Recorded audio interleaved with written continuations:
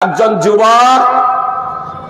যুবক তার চাচাতো বোনকে পাওয়ার জন্য, তার চাচাতো বোন পিস্তুত বোনকে পাওয়ার জন্য, তার পিস্তুত বোন খুব সুন্দরী যুবতী, পিস্তুত বোনকে ভোগ করার জন্য সে ব্যাকুল হয়ে উঠেছে।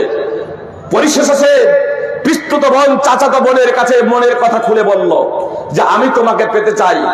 সে এড়িয়ে গেল, প্রত্যাখ্যান করলো এই যুবকের প্রস্তাবকে। পরিশেষে সেই যুবতী রাজি হচ্ছে, 100 দিনার দিতে হবে, তাহলেই তুমি আমাকে পাবে। 100 দিনার স্বর্ণ মুদ্রা, 20 দিনারের যাকাত ফরজ। 100 স্বর্ণ মুদ্রার বর্তমান দাম হচ্ছে 100 স্বর্ণ মুদ্রার বর্তমান মূল্য হচ্ছে প্রায় 25 লক্ষ টাকা। কত বললাম? 100 দিনার স্বর্ণ মুদ্রার বর্তমান মূল্য হচ্ছে প্রায় 25 লক্ষ টাকা। ওই যুবক আপনার শিল্পপতি ছিল না, বিলিয়ন ডলারের সন্তান ছিল না, বিলিয়ন ডলার পতির সন্তান ছিল না, কোটিপতি ছিল না। সুপ্রিয় ভাই এবং বোন, একজন সাধারণ পরিবারের সন্তান আপনার যুবতীর প্রেমে, যুবতীর মোহে, যুবতীর রূপ লাবণ্যে সে এতটাই আকৃষ্ট হয়েছিল, তাকে পাওয়ার জন্য কঠিন পরিশ্রম করে 100 স্বর্ণ মুদ্রা তথা প্রায় 25 লক্ষ টাকা সংগ্রহ করে ফেলল। আর ওই 100 স্বর্ণ মুদ্রা তথা 25 লক্ষ টাকা নিয়ে তার চাচাতো বোনের কাছে গিয়ে উপস্থিত, এই নাও তোমার টাকা, এখন তোমাকে আমাকে দিতে হবে। নির্জনে চলে গিয়েছে যুবক এবং যুবতী। কথা মনোযোগ দিয়ে শুনুন যুবক এবং যুবকেরা, সুপ্রিয় ভাই এবং বোন, কথা মনোযোগ দিয়ে শুনুন। আপনার 100 স্বর্ণ মুদ্রা প্রায় 25 লক্ষ টাকা দিয়ে দিয়েছে, নির্জন জায়গায় পৌঁছে গিয়েছে, সেখানে তৃতীয় কোনো ব্যক্তি নাই, যুবতী শুয়েও গিয়েছে, আর যুবতীর 2 উরুর উপরে বসেও পড়েছে। যখন জৈবিক চাহিদা পূর্ণ করতে যাবে, তৃতীয় কোনো ব্যক্তি নাই, এহেন সময়ে সেই যুবতীর মুখ দিয়ে উচ্চারিত হচ্ছে ইত্তাকিল্লাহ, আল্লাহকে ভয় করো। যুবকের অন্তর কেঁপে যাচ্ছে, অন্তর প্রকম্পিত হয়ে যাচ্ছে। সুপ্রিয় ভাই এবং বোন, জৈবিক চাহিদা পূর্ণ না করে দীর্ঘদিন যাবত চাচাতো বোনের প্রেমে পাগল থেকে 25 লক্ষ টাকা প্রায় সংগ্রহ করে তাকে দিয়ে নির্জনে যখন ভোগ করার সময় এসেছে, আল্লাহর নাম উচ্চারিত হওয়ার সঙ্গে সঙ্গে, আল্লাহর আওয়াজ, আল্লাহর নাম যখন তার কানে পৌঁছাচ্ছে, সঙ্গে সঙ্গে যুবতীর উপরে যে বসেছিল জৈবিক চাহিদা পূর্ণ না করে সেখান থেকে নেমে যাচ্ছে। মুহাম্মদ সাল্লাল্লাহু আলাইহি সাল্লাম এই কথা বর্ণনা করেছেন সহিহ বুখারী হাদিস নম্বর 2215, 3465, সহিহ মুসলিম হাদিস নম্বর 2743। সুপ্রিয় ভাই এবং বোন, বিশুদ্ধ সূত্রে এই কথা প্রমাণিত। আপনার বলুন, যে যুবক একজন মেয়েকে সাময়িক ভাবে ঘটনা ঘটছে এমনটি নয়, চাচাতো বোনের সাথে আপনার প্রেমের যে গল্প করছে, এটা পাপ, এটা পাপ কাজ। দীর্ঘ সময় ধরে এই অন্তরে আপনার তার ভালোবাসা জন্মেছে, প্রায় 100 দিনার কথা প্রায় 25 লক্ষ টাকা জোগাড় করতে সময় লেগেছে। আর সবকিছু দিয়ে নেওয়ার পরে কোনো মানুষ নেই, একেবারে নির্জন, তৃতীয় কোনো ব্যক্তি নাই। যখন ভোগ করার সময় এসেছে, ইত্তাকিল্লাহ, আল্লাহকে ভয় কর, এই আওয়াজ শোনা মাত্রই তার অন্তর প্রকম্পিত হয়ে যাচ্ছে, কেঁপে যাচ্ছে অন্তর, আপনার উরু থেকে নেমে গিয়ে আপনার দূরে চলে যাচ্ছে। সুপ্রিয় ভাই এবং বোন, অন্তরে আল্লাহর ভয় কিভাবে প্রবেশ হচ্ছে? ঈমান যদি থেকে থাকে, আপনাদের স্পষ্ট ভাবে বলি, যে যুবক একজন যুবতীর সাথে প্রেম নিবেদনের জন্য, জৈবিক চাহিদা পূরণের জন্য 100 দিনার সংগ্রহ করেন, 25 লক্ষ টাকা সংগ্রহ করেন, নির্জন জায়গায় গিয়ে তার উরুর উপরে বসে জৈবিক চাহিদা পূর্ণ করার জন্য, নিঃসন্দেহে সে পাকা ঈমানদার না, মধ্যবর্তী ঈমানদার না, একেবারে দুর্বল ঈমান, অত্যন্ত দুর্বল ঈমান, অত্যন্ত দুর্বল মুসলমান। আর সেই মুসলমানের কানে যখন আল্লাহ এই শব্দটি উচ্চারিত হচ্ছে, আল্লাহর বর্ণনা যখন তার কানে পৌঁছাচ্ছে, ভীত সন্ত্রস্ত হয়ে পাপাচার থেকে বিরত হয়ে যাচ্ছে। আল্লাহ পবিত্র কোরআনে বলছেন, ইন্নামাল মুমিনুনা আল্লাযীনা ইযা যুকিরাল্লাহু ওয়াজিলাত কুলুবুহুম। মুসলমান তো হলো তারাই, ঈমানদার তো হলো তারাই, যাদের সামনে আল্লাহ তাআলার বর্ণনা করা হলে তাদের অন্তর প্রকম্পিত হয়, তাদের অন্তর কেঁপে যায়। ইন্নামাল মুমিনুনা আল্লাযীনা ইযা যুকিরাল্লাহু ওয়াজিলাত কুলুবুহুম। ঈমানদার মুসলমান তো হলো তারাই যাদের সামনে আল্লাহর বর্ণনা করা হলে, আল্লাহর আলোচনা করা হলে তাদের অন্তর কেঁপে যায়, তাদের অন্তর প্রকম্পিত হয়। সূরা আনফাল ৮ নম্বর সূরার ২ নম্বর আয়াতের অংশবিশেষ সুপ্রিয় ভাই এবং বোন, আল্লাহর কথা শুনে, আল্লাহর বর্ণনা শুনে, আল্লাহর বর্ত এবং ভক্ত এবং আল্লাহ তাআলার ভয় ও শাস্তির ভয়ে যদি আমাদের অন্তর না কাঁপে, বলবেন ফাইজি সাহেব নামাজ পড়ছি অনেক দিন থেকে, বক্তব্য শুনছি, জালসা শুনছি, তো আমাদের যে অন্তর কাঁপে না? পাপাচারীর অন্তর কেঁপে যায়, ন্যূনতম ইমানদার ব্যক্তির মুসলমানের অন্তর কেঁপে যায়।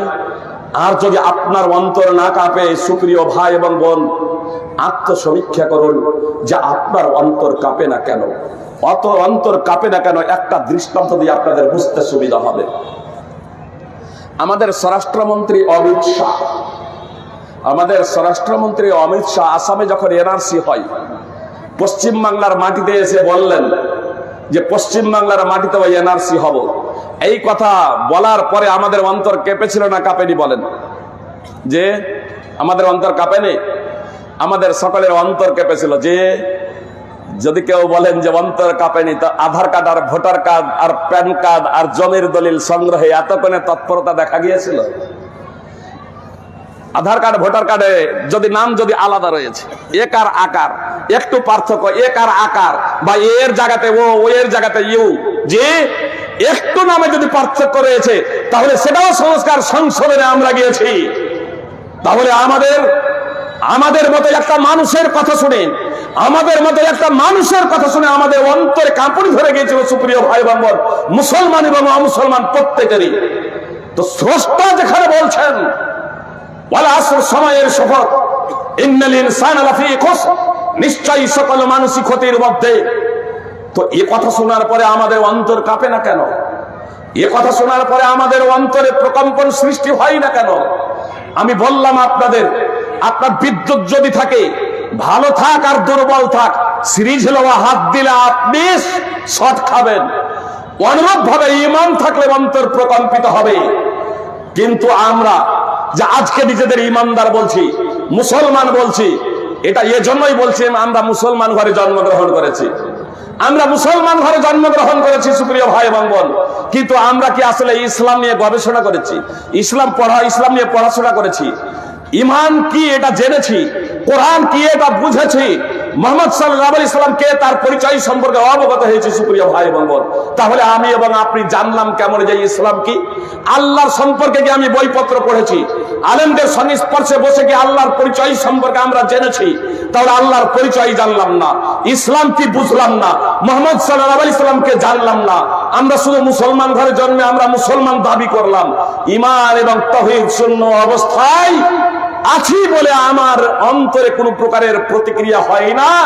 অথবা ঈমান সম্পর্কে তো জেনেছি, ইসলাম সম্পর্কে জেনেছি, পাপাচারের কারণে আমাদের অন্তরটা কালো হয়ে গেছে, আমাদের অন্তরে মরিচিকা পড়ে গেছে, জ্ঞান চক্ষু অন্ধ হয়ে গেছে, যে কারণে আমাদের অন্তরে আল্লাহর বাণী প্রবেশ করে না, আল্লাহর ভয় প্রবেশ করে না, যে কারণে আমাদের অন্তর কাঁপে না, অন্তর প্রকম্পিত হয় না সুপ্রিয় ভাই এবং বোন। এজন্য আমাদের একটু নিজের বিবেককে একটু জাগানো উচিত, আমাদের নিজের বিবেককে জাগানো উচিত, আত্মসমীক্ষা করা একান্ত দরকার। আমার আপনার অন্তর কাঁপে না কেন? আমার আপনার অন্তর প্রকম্পিত হয় না কেন সুপ্রিয় ভাই এবং বোন? আল্লাহ যেখানে বলছেন নিশ্চয়ই সকল মানুষই ক্ষতির মধ্যে রয়েছে, তারপরেও কেন আমাদের অন্তর প্রকম্পিত হয় না?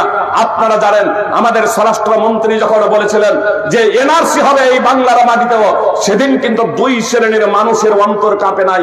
যারা বিবেক বুদ্ধিহীন ছিল, অর্থাৎ যারা পাগল, যাদের মস্তিষ্ক লোপ পেয়েছে বার্ধক্য জনিত কারণে, অথবা জন্মগত যারা পাগল, বা আপনার বড় হওয়ার পরে যারা আপনার ব্রেনের গন্ডগোল যার হয়ে গেছে, আপনার বিবেক সুস্থ যাদের ছিল না, অথবা যারা অবুঝ শিশু, তাদের কোনো প্রতিক্রিয়া হয় নাই।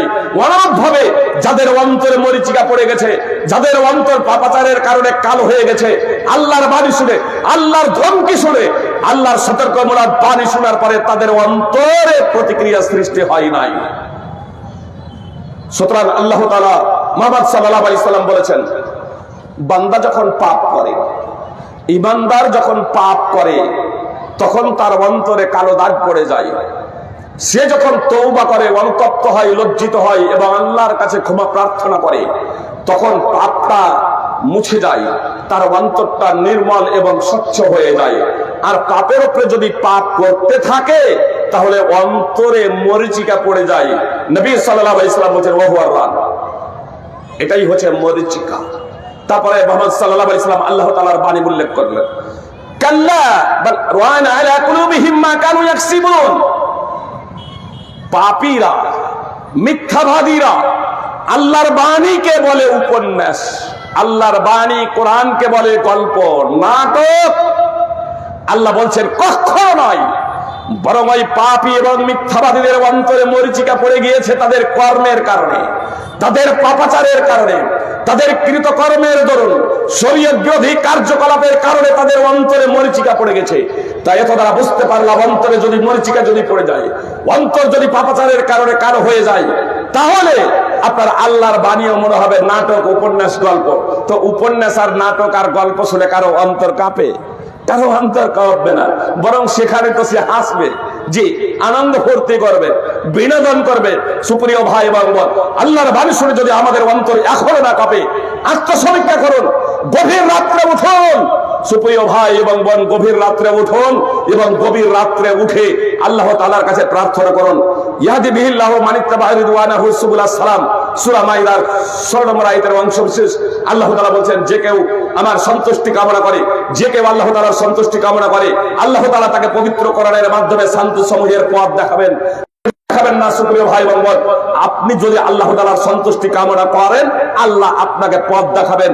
অতএব আপনার অন্তর যদি না কাঁপে আল্লাহর বাণী শুনে, আল্লাহর কথা শুনে, আল্লাহর বর্ণনা শুনে, তাহলে রাত্রে উঠুন এবং আল্লাহ তাআলাকে ডাকুন, কাঁদেন এবং আল্লাহ তাআলার কাছে প্রার্থনা করেন, হে আল্লাহ, তুমি আমার অন্তরকে নির্মল করে দাও, স্বচ্ছ করে দাও, আমার অন্তরকে পরিষ্কার এবং পরিচ্ছন্ন করে দাও, আমার সমস্ত পাপকে দূর করে দাও। কারো যদি অন্যায় যদি করে থাকেন, তাহলে কারো যদি ধন সম্পদ আত্মসাৎ করে থাকেন, তাহলে তাকে তা ফেরত দিয়ে দিন, তাকে তা ফেরত দিয়ে দিন। আর কাউকে যদি মেরে থাকেন তাহলে ক্ষমা নিয়ে নেন, কারো কাছে যদি কাউকে মেরে থাকেন, গালি দিয়ে থাকেন, ক্ষমা নিয়ে নেন এবং আল্লাহ তাআলার কাছে নিজেকে সম্পূর্ণরূপে সমর্পণ করুন। আপনার আল্লাহ তাআলার ইবাদতে যদি শিথিলতা প্রদর্শন করে থাকেন, তাহলে এবার তৎপর হয়ে যান। সুপ্রিয় ভাই এবং বোন, আমি বক্তব্য ইতি করে দেব একটি বিষয় বলে, কথা একটু মনোযোগ দিয়ে শুনুন। সুপ্রিয় ভাই এবং বোন, একটা আমি শুধু উদাহরণ পেশ করব। আল্লাহ বললেন, তোমরা নিজেরা